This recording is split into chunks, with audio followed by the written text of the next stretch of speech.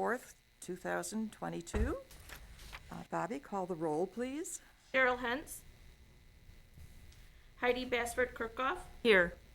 Julie Kiefer. Here. Julie Davids is excused. Bryn Seaman. Here. Lindsay Temple and Julia Maslowski are excused. Judy Ritchie. Here. Mike Ford. Here. Mike Norton. Joanne Murphy Spice. Here. Okay, thank you. And with that, we'll take an approval for the December minutes. You had those emailed to you. Does anyone have any additions or corrections? If not, I'll take a motion to approve.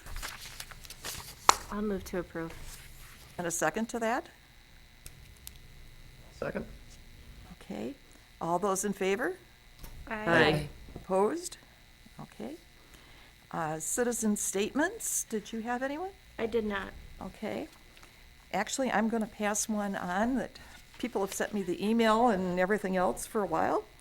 Pam Ubrig, our former, notice I said former, city clerk, retired as of yesterday. Oh. And she'd been with the city for 41 years. Oh my God. She has been through the wars and everything else, and probably not the best terminology, with all the changes in the election process and the number of presidential elections and everything. So she's really excited for the next chapters in her life. I saw her last night, and she and her daughter-in-law were bringing tons of flowers and gifts and things home. She lives down the hall from me, so I find out those things. But it's just a wonderful thing for her. And then we'll, as time goes on, I think we'll share a little bit more about her successor. Because I think it's important that we'll need to know who she is and her working. So, public comment on agenda items? None. Okay. Then we'll go on to our presentation, and we have Bree Gooderl from the Amro Community Center.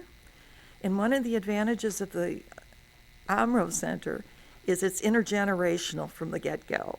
So the way the programs coincide, I think, is great. So, Bree, you can have the podium if you'd like. Sure. So, there's a few things. Right now, we have a couple things running. It's we have a gentleman that's turning 100 in our community. His name's Irvin. He loves opening mail, so we're kind of doing a mail drive for him, and it's being sent to the community center. We're kind of putting together a little birthday for him and things like that on behalf of our city. So, so enter, right, or just click, yes. So we try to follow our mission very closely. A couple of the points would be the lives of individuals, families, and community by offering health, educational, economic, and intergenerational. As Judy touched on, we are a facility that believes in the intergenerational. With the number of growing businesses, the number of growing, homes and things that are coming into the community, we try to keep everybody connected in some sort of way. And also the educational side, we try to work with the communities, the surrounding community, and Winnebago County to ensure that everybody is educated on certain things. The philosophy, so some of you may know, it was the old high school annex, and then it was renovated in 1995, and that's when it became an official community center. And again, ages can learn and grow with each other, and while gaining on the appreciation. So the picture here that you see is one of our literacy programs that we cohort with the Amro School District for. This is literacy and learning through music. It takes about a half an hour session. Each of the classes, 4K, kindergarten first, come over to the community center, and they have the chance to read with each other. So we like to, intervene both of those age groups. So our partnerships, one is the Winnebago County ADRC. Joanne has been a godsend. Has been working with me closely to try and get some more programming in there, some, health programming, and we touch base a lot on these things right now after the community center has just opened. The school district of Amro, we have again 3 literacy programs. Little Fox Literacy that we carry is volunteers go into the school. They will help assist children with reading, making sure that they get caught up to speed with the rest of their class. Then DPIL, which is Dolly Parton's Imagination Library, I know that they have the connection here with that as well in Oshkosh. That is a major program for us as well, and it's sending free books out to children from 5 and under. They'll get that first book, and from there they'll be able to extend their library. And then the AVOCAP Senior Friends. So there's a lot with AVOCAP that we work with too, just aside from Senior Friends. We do have the Meals on Wheels program, and that is prepped at our facility and then distributed throughout the community. But again, AVOCAP is also a godsend. They keep those programs coming in with us. So this is just a list of programming and activities that we have currently going on. Chair exercise in the mornings on Monday, Wednesday, Friday. Amro Rocks, that's kind of a volunteer little program. They get to paint some rocks, hide them in the communities, and see if we can keep them, going. Aggravation, it is like a board game. We see oftentimes mostly our senior citizens come in and play this on their downtime. AVOCAP meal prep, coffee clutch, we just had one yesterday. We invite anybody and everybody around local and area community to come in and just kind of get to know each other. We like to recently bring in some representatives of our city. Yesterday we just had the newest city administrator that's coming in on the 7th, or on the 5th, on the 5th. Vicki Fitzgerald. She was coming from the county. So, and then again, health chats, people coming in, nurses from all over, to give those health chats about blood sugar, blood pressure, those kind of things. Nail care, blood drives, babysitting, that one's coming up this month. There's courses available from 10 years old to 17 years old to get certified. Our literacy programs, AA meets there every Saturday morning. We have a various amount of community service organization meetings. Like we have a women's service league, and we have scouts, and we have different, like the Warm Hearts program, passing on knitted hats and things like that. Nonprofit meetings or happenings. So any other nonprofits that want to use the facility, we do free of charge. And then rentals and various events. So these are just kind of 3 things that are kind of major to our OACC. But we do love our volunteers. But as a nonprofit, we rely heavily on the donations. So any of our events are needing to be paid for before the event occurs. There's a board of 7 members. They consist of 4 executive directors and then 3 seating board. And then again, OACC serves with the Amro and surrounding area. I really love the networking that Oshkosh and Winnebago County has been providing. Some of our highlights got kind of cut off here, but we had a re-grand opening that was held on August 14th, and that was opening up Amro Area Community Center after the COVID shutdown. And then there was a few pies that were supposed to be in this area, but kind of got cut off. And that was from our Rhubarb Fest. That's a big job in itself to have happen. And recently our Breakfast with Santa, that is our biggest event, and it marked the 25th anniversary. We had well over 300 patrons come in for that event. And then our annual Halloween Spooktacular, we were able to run that again this year. So with COVID, it's kind of been a roller coaster. So some things are just getting moving, and we're hoping for 2022 to be a great start for OACC. That's about it. Okay, does anyone have any questions or comments for her? Does your facility have a gym? It used to be a gym, but no, now we're just 2 floors of rooms and offices. I found here in Oshkosh that a lot of people are getting together and playing pickleball, Oh yeah. and I'd love to see that passion spread. Yeah, to I don't think our other facility can do pickleball. The ceilings and it's not got Right. the cement all the way around, but Well, Dollar General is still setting open. That would be a good spot. yes, something to mention, yes. With the new city administrator coming in, she seems like she's very goal oriented, and we're proud to have her, and maybe there'll be some changes with, some of those businesses. Well, you didn't cover it today, but when you were here a little bit earlier when we were having the other situations, it was right after the storms back in the summer in July, and how much the people in the area making contact through your office or the center of who needed help where in cleanup and everything. And Yes. that small town, everybody takes care of everybody else, really makes a difference. Yeah, neighbor doesn't mean next door to you. Neighbor meant everywhere. There was people driving all over that saw damage, and they would stop and help. So there was a lot of long, tired nights for a lot of people because they were trying to help everybody, and which it just was amazing. Everybody coming together.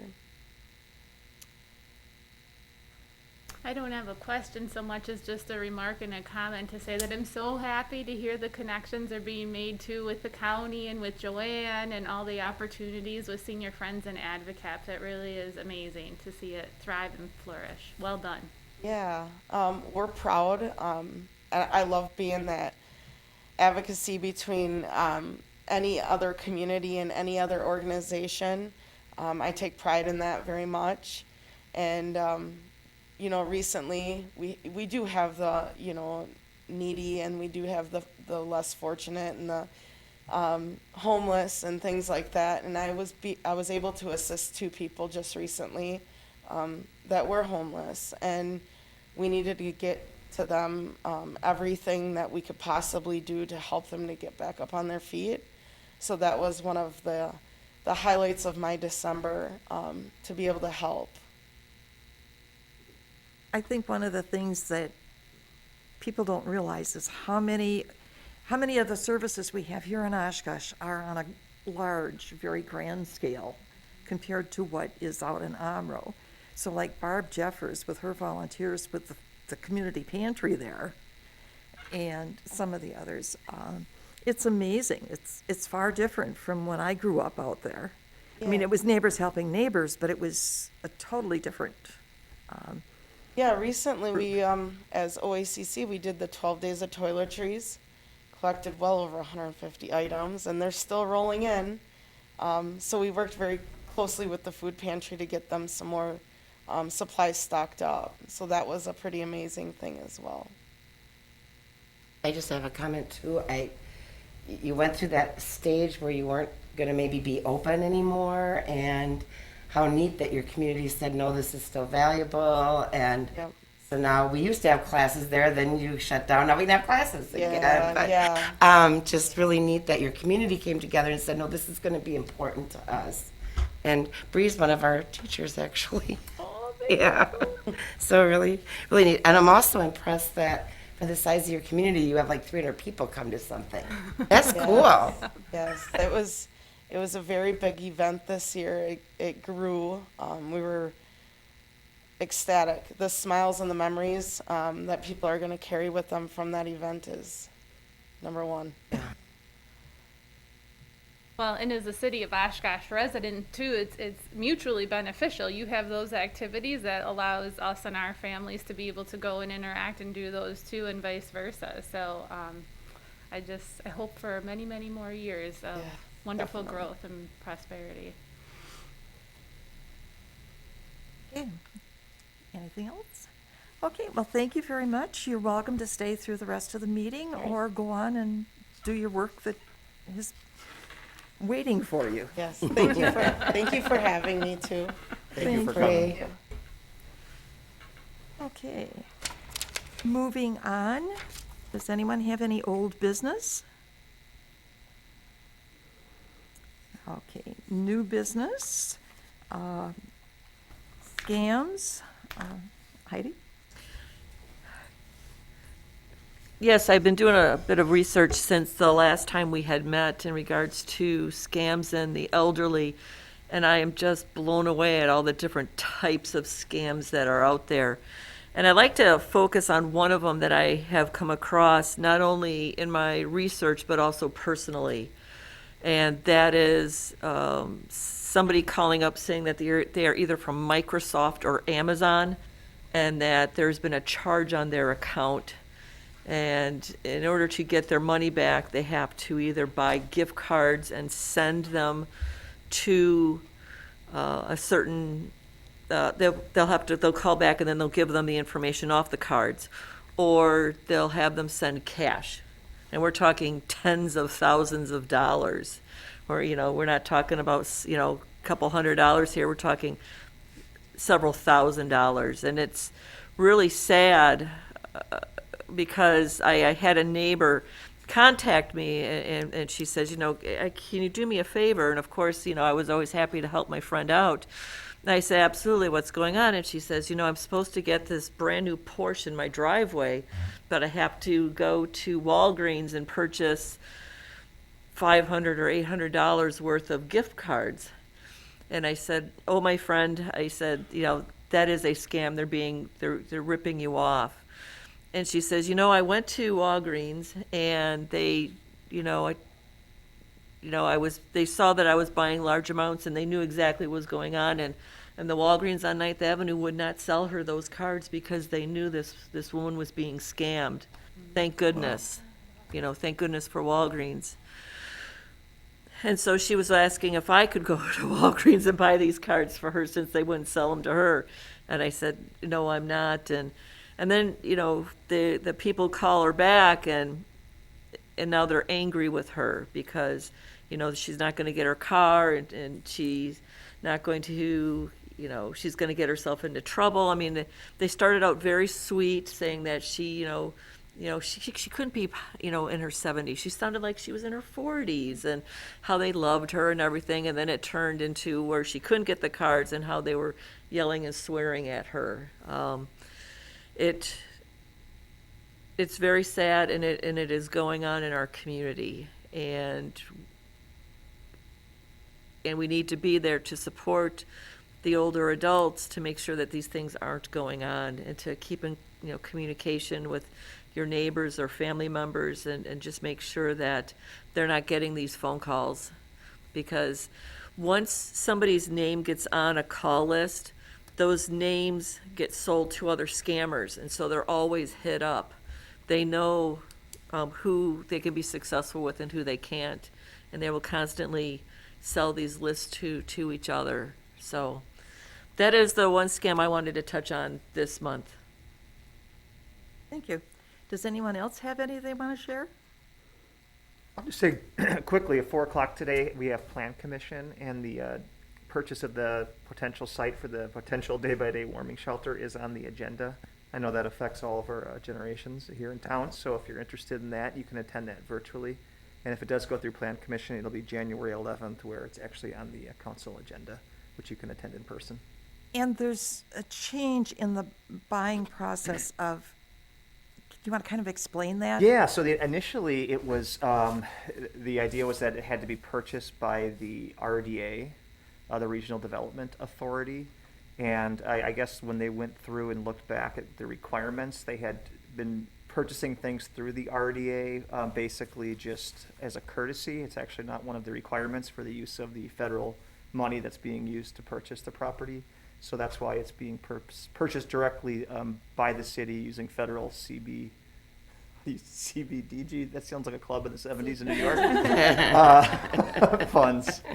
So there is a change in the source of the money, but it is federal dollars that flow into Oshkosh as opposed to city taxpayer dollars.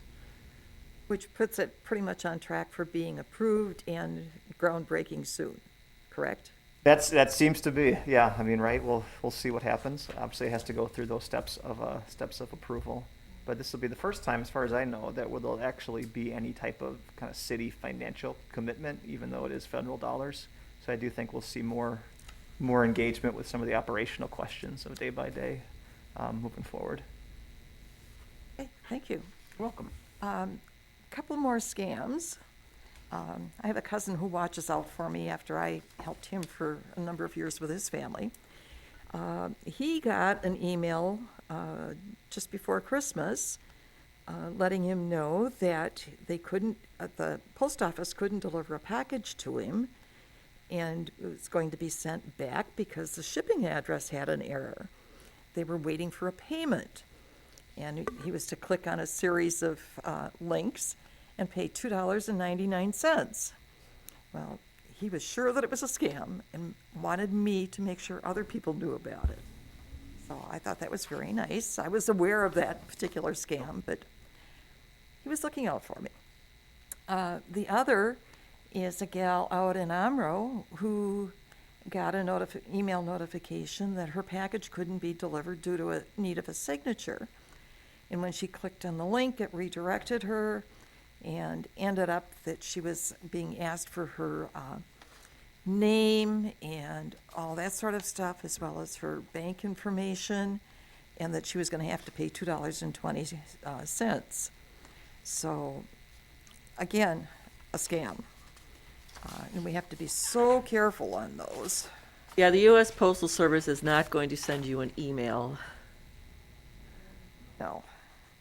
That's notes in your mailbox. And UPS is a note at your door.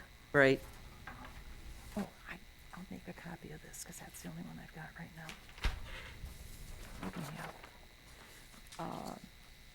now. Okay. Any other new business or scams? If not, other business, upcoming community events or other information for older adults? Bryn? Yeah, I'll share just a little bit about where I'm at because it's directly related to older adults. So I had previously worked with Winnebago County Aging and Disability Resource Center, and I now still work for my husband's business. In addition to that, I also have a new position with an agency called GWAR. It stands for Greater Wisconsin Agency on Aging Resources. So it has a long title, which is why it goes by the acronym. But very specifically, my work is helping tribes and counties making sure that they can use the federal dollars from the Older Americans Act, and more specifically for the Family Caregiver Program. So what that means is it's a lot of promotion and awareness to help people recognize that there are these programs at the county and tribe level, and then helping to make sure that those funds get to the people who need it the most, especially because of both the CARES Act and now with the additional funds, ARPA funds. There's so much more that counties and tribes haven't traditionally known how to use this sum of money. There's a little bit of fear too, I think, about starting new programs with all of these dollars just for then the programs to not have sustainability. So there's a lot of work on innovation and being creative and not reinventing the wheel. So if one, tribe or county has identified how to use these funds, making sure that as an agency and as a network, we're sharing that. So I can share too that in addition to the website where the information is about these programs, we also have a Facebook page, and myself and a partner, Lynn Gall, Gall, G-A-L-L, she works for Department of Health Services. We do 2 posts every day on there, sometimes more. It could be related on anything to older adult scams and how to prevent it, providing awareness, next steps of what to do. Also, Grandparents Raising Grandchildren. It's a program for family caregivers that has probably gone more unnoticed, but now with the rising in some of the AODA issues with the population. We have some parents who aren't able to tend to their children. We have more grandparents now tending to their grandchildren or other relatives. So we post a lot of information on there. So for what it's worth, I would just share that on Facebook, the Family Caregiver Support Program is a worthwhile, just like and follow. And if it's not interesting to you, you can unfollow it later, but it does have a lot of good information and easy bites. I try to put podcasts on there so that they're helpful if you're busy and you do better listening versus trying to read a lengthy article. And I will, in the coming months, hopefully be able to share more and more about what we're doing with federal dollars throughout the state to support our family caregivers. And I do, as every month, have an ADRC newsletter too that I will pass around and share with you guys. Sadly, but also happy news, there are 3 different people who are leaving the Winnebago County Aging and Disability Resource Center. 2 of them all 3 for good reasons. 2 of them retirement. And then Rebecca, who was our dementia care specialist at the county, also became an information and assistance specialist, is now transitioning to a new position with an assisted living, I believe. So there's lots of changes and happenings and going on, and it's just good to know who your contacts are. So I'll pass that around too. Thank you. Julie? I don't have anything at this time. Mike, did you have anything else? I don't. Joanne?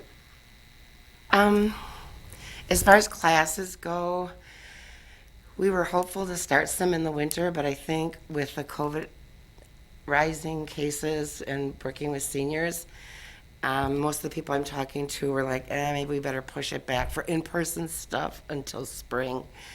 People don't like to drive that much in the winter anyway, but I'm just concerned that I'm concerned that I'm going to get pulled from my position, and it'll be all hands on deck again with the health department, because we're trying to keep up, and it's almost a losing battle with the number of cases of COVID that are out there. And so the health department has been extremely busy with just contacting people to let them know, you tested positive, here's what you got to do, and the things keep changing.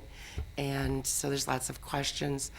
And we're hanging in there, but lots of hours have been spent on that, and I don't see that slowing down in the short term. Hopefully in the long term it will, but the health department is spending a lot of time with just COVID and influenza and just everything that's going on right now, and helping in the schools and getting kids vaccinated and all the good stuff that we have to do. So I don't think my programs are probably going to start up again till a little bit later, like, more like March. I'm thinking that's in-house stuff maybe, like if we're doing things, at a Mira Vita Living kind of situation maybe, but otherwise I don't see it happening yet until COVID we rein that in a little bit. Okay, thank you. Heidi, did you have anything else? Can I piggyback off the COVID? Yeah. Okay. I know people who are working in the hospitals, and in fact, I've had to, with my line of work, work with several different hospitals as well, and they are short-staffed and their beds are full. And what I am hearing from the staff is that those who have been vaccinated tend to do just fine, and the ones that are in the hospital are the ones that have not been vaccinated, and that individuals as young as 30 are dying in our community because they weren't vaccinated and contracted the latest strain of COVID. So I'm just going to say this again. Please, for the sake of your family and for your community, if you haven't been vaccinated yet, it's really easy to walk into a pharmacy and get it done. And please do that, because there are many people dying here in this community. And they're young. Can I piggyback off yours? Oh, please. We're still doing walk-in Wednesdays at Sunnyview from 1 to 6 to get vaccinated. You just have to walk in. That's all you have to do. So How's the turnout still being? Good. It's still, people are still coming, good. People are still coming, and grateful for that. And to your point, I don't think this is a personal anecdote, but I've never seen them interview anybody at the hospital who didn't say, "I'm glad I didn't get who hasn't said, I wish I would have gotten vaccinated." I haven't heard a single sick person not say that on the TV. I wish I would have been vaccinated. Right, right. Okay, and piggybacking on both of you, a lot of what I've been hearing is the lack of, it sounds like it's easy to get the test, but there's waiting lists, Thank you. appointments needed and everything. To sort of counteract a certain amount of that, the Summit Clinical Laboratories opened a facility Thank you. out by Rogan's, and it's a walk-in, no appointments needed, and they're open Monday to Friday, 8 till 4. And I've talked with several individuals that have gone out there. They said it's not that busy. They're able to get in and out with results in a really good, timely manner. And basically, you just need a copy of your ID and your insurance card, and then you're not charged for it. There is a form that needs to be filled out also. So that's an additional option. And then I had a call last Friday, one day last week, from the State Health Department doing a survey with individuals that had had COVID last year and how they're faring a year out. And it was covering both physical and mental, and rating how well or how poorly you're doing, and all different things. I think the gal and I, it was probably close to an hour that we were on the phone, because I started asking questions back, because I wanted Not to. you. Never me. But I wanted to be able to share more information, and so she was able to direct me to some additional things. There will be a report coming out probably mid-spring, and once we've got that and the link to it, we'll make sure that that's shared. But the in-depth of the questions and covering, the exercise and the appetite, your sense of taste and smell, the GI, and then interacting with others. How comfortable are you getting together with people again? Well, it depends on the size of the group, and being an introvert, big groups bother me anyway. So things like that. And apparently, just like with contact tracing, people are not wanting to participate or share information. So it's challenging, and but it helped me put into focus a little bit more of where I'm at, and that I'm not crazy because I say that I fatigue readily, that I get out of breath with certain exertions, that it's not just aging, it really is the after effect of. And a lot of times, and I think it's important for people to know, a lot of times you don't pay attention to those particular symptoms. You're putting it with the change of activity from being very sedentary to being up and moving again, or other activities are going on, and then to really take your time to think about, and would it be the normal progression, or is it a little bit different? Even the aches and pains, what are normal and what are not. So I really was encouraged about it. She helped me to focus and reword or rethink how I was approaching things. So if anybody that has had COVID or some of these other things, and you're called and asked to participate, as long as you're sure that it's not a hoax type thing, participate, because it can help reset your mind think to be a little bit more objective rather than subjective. So those were the things that I had. Anything else? Okay. Our next meeting date is February 1st, and we do have our speaker on hand. We're going to have Mike and Poor cover, folks, deal with me. and he's going to be covering how the Oshkosh city government works, the importance of boards and commissions, and really how to have the community involved, that it's not just a few people making the decisions for the greater community. That it's important to have many people in the community participating. So I think that it'll be a very informative meeting. And with that, I'll take a motion for adjournment.